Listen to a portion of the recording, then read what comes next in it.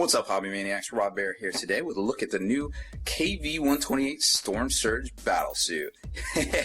This is the big boy himself, and we're going to take a closer look at this and all its variants and kind of break down the instruction manual and do all sorts of cool hobby talk about it. But first, make sure you stay in the trenches, subscribe to this YouTube channel, check out the blog, spikybitsblog.com, and head on over to thelongwar.net.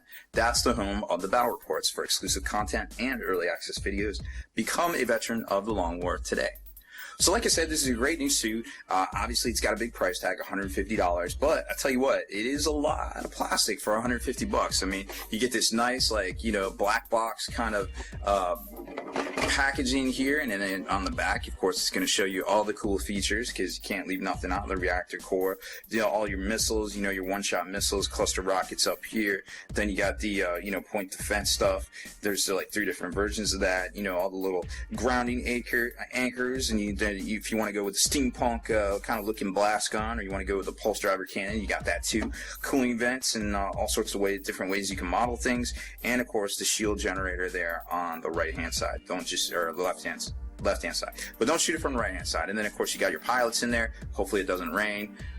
You know, a lot of people were hating on that, and I feel like I'm just like, let me think about it, because you know, the Tau Piranha is open top, nothing whizzes around. You know, you got Eldar jet bikes like driving faster than most vehicles drive, you know, 48 inches, and you would think a bug would have hit one of their helmets and then they'd just be dead. But and then you got Space Marines charging with their helmets off half the time. So I don't know, I just feel like at some point it's just some stuff isn't realistic, some stuff is realistic. You know, you just gotta ask yourself, do you just like the model, or, you know, sometimes people just want to complain, I feel like. But I think overall it's a great design model, very cool looking, you know, at cursory glance. And then when I show you what comes in the box here, now it doesn't have the little pull-out tray, it's just like the straight sprues, and shabam. So there's that. Now we got all the different parts right here, and of course you got the Night Titan size base, so that's not the normal size base, y'all.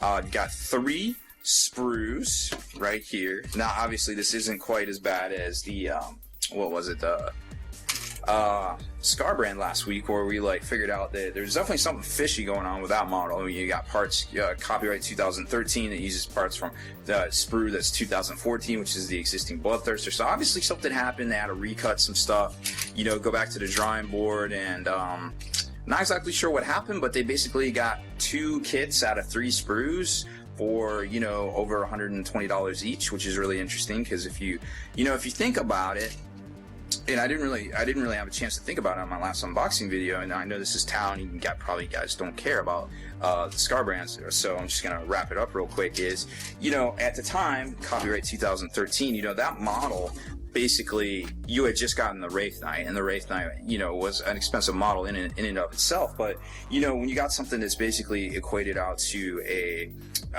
you know, a Riptide kind of model, a Greater Demon, then, you know, that's something that, let's just say in 2013, if they had put that out, it wouldn't have sold for the $130 it's selling for today. It's just 2 years later, you know, because the next spring we got the Night Titan that came out, and of course that, you know, set the record for the most expensive miniature. And then, so I feel like while Games Workshop isn't doing price increases, it's kind of like, they just kind of sat on something, because that's just the nature of designing things. Sometimes it doesn't get to market for 2 years, but by doing that, they literally took something that kind of had an established value based on the prices of kits at that time of, you know, $65, $75, and then all of a sudden it's $130. So just think about that.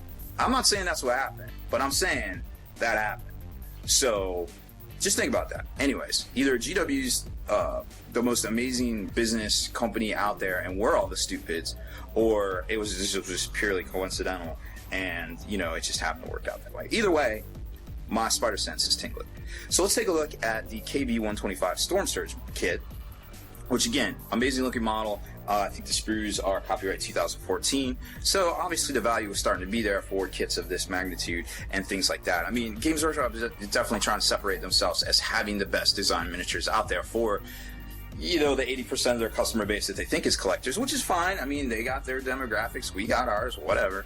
I can tell you that, you know, they got some great looking stuff, and they definitely put a lot of work to try to make it, you know, very well detailed, and they don't put out crap looking stuff is basically what I'm trying to say. They definitely have really pushed forward in that department, and kind of, you know, there always seems to be pushing the envelope with things there. So here's a look at the leg assemblies. A lot of two-part assemblies and things, nothing too crazy. I don't like how they do this little nub thing here for the anchor system, but I do like the anchor system itself. You know, basically you can do them retracted or, you know, extended here, and then of course, just depending on how you want to do, you can glue them down, you can not glue them down. You know, you can cut the nubs and things to get that positioning of the legs that you really want, like they show you in yellow, the nubs. But you know, if you want to stretch out those legs and have them walking around, you can do that too. Or if you want to have them, you know, doing his little power squat, that's cool too. You got the point defense stuff, which doesn't really look like you can just swap it out. You may be able to if you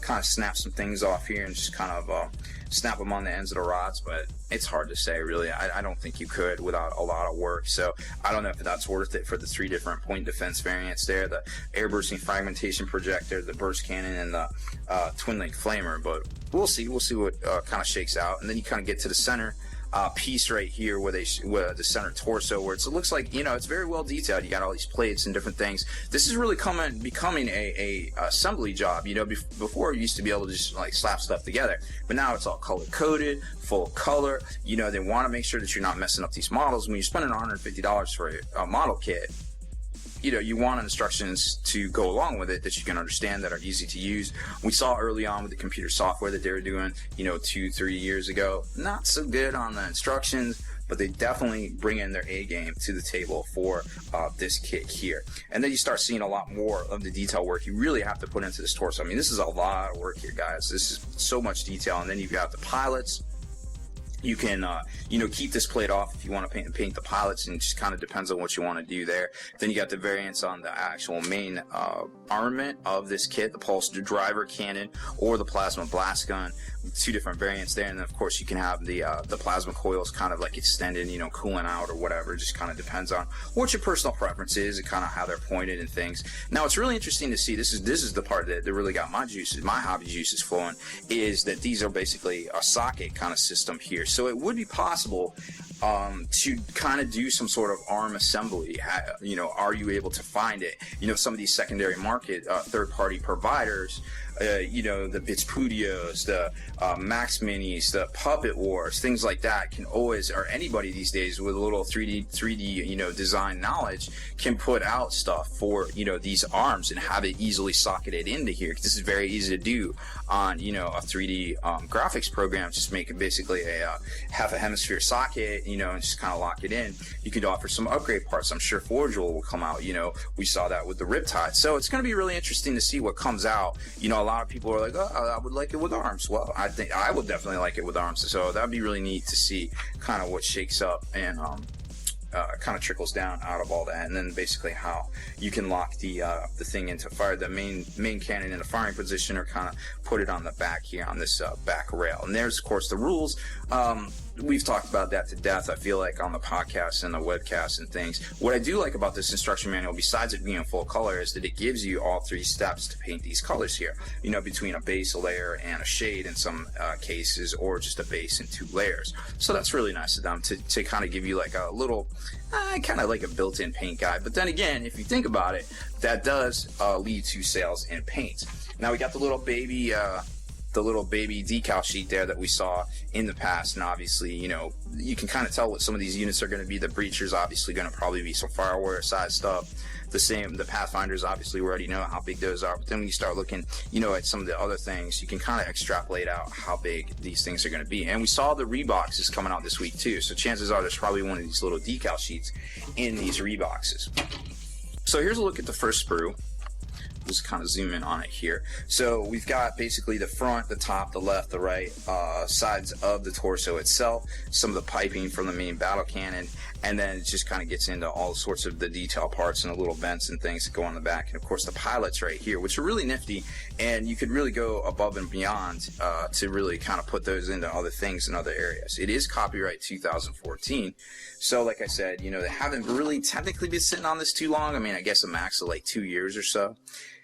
Here's what appears to be the main battle weapon sprue, where you got the, you know, the main gun carapace here, and you got the parts that can go onto it depending on which one you want to do. Switch out the rear areas here, but the main barrel itself is going to stay the same, just with some upgrade parts and then all sorts of little doodads to go around it. Some of the detail parts on the weapons, like, you know, some of the stuff that goes underslung the missile pods, and then of course you've got the main the shield right there, or no, excuse me, that's actually part of the main, depending on which variant you take of the Stormsurge itself, the main weapon there.